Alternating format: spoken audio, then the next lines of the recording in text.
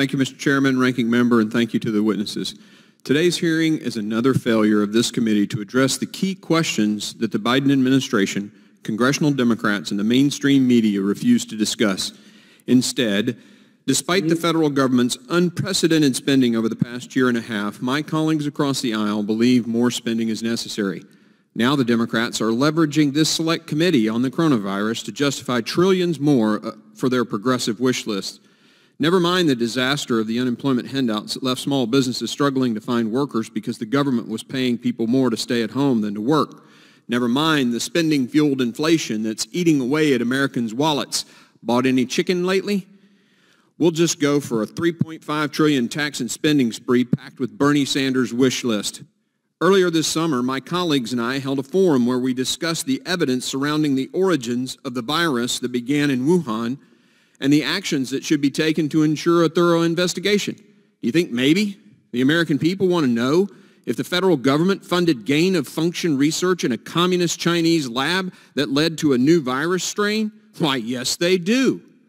But not Nancy Pelosi's Select Committee on the Coronavirus. Just last week, a letter published in The Lancet which reaffirmed the probability of a lab leak origin while noting that there is little to no evidence supporting a natural origin of this outbreak. Still no pangolin yet. Why can we not have a conversation about that? Are we uninterested in searching for answers when the evidence contradicts the establishment's narrative?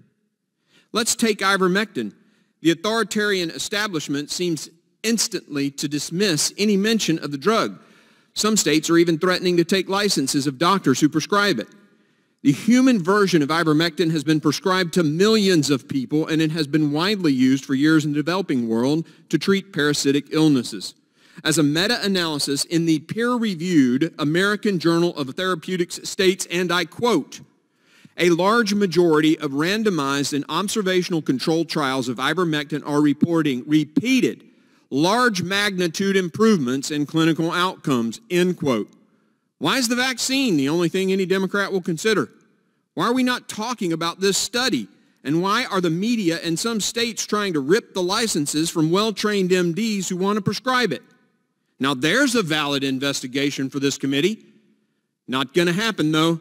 The only science they care about is what supports their authoritarian control.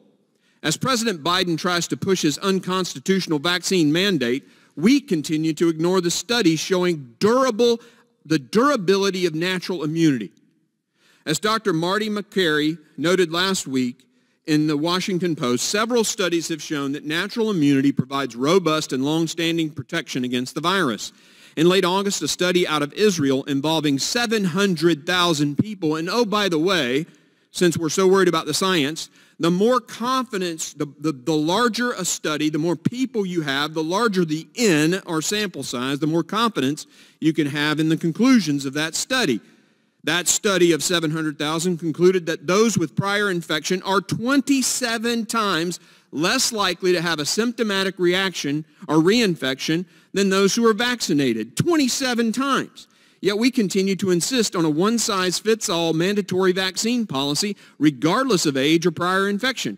If immunity from prior infection is better than the vaccine, which that and many other studies says it is, then why are we considering kicking soldiers out of the military who have had COVID but don't want, or apparently from the science, need a vaccine? It makes no sense unless, of course, you're selling vaccine. This isn't an abstract issue. It's a serious concern that has immediate real-life implications for millions of Americans, many of those who chose not to get vaccinated because they've already had COVID are wondering whether or not they're going to lose their jobs. If they already have acquired immunity, does it make sense to continue implementing this one-size-fits-all, sell more vaccine policy and force them to get both shots? Should a previously infected person with better immunity than provided by the vaccine be fired because they won't bend the knee to the authoritarians who keep perseverating vaccine, vaccine, vaccine?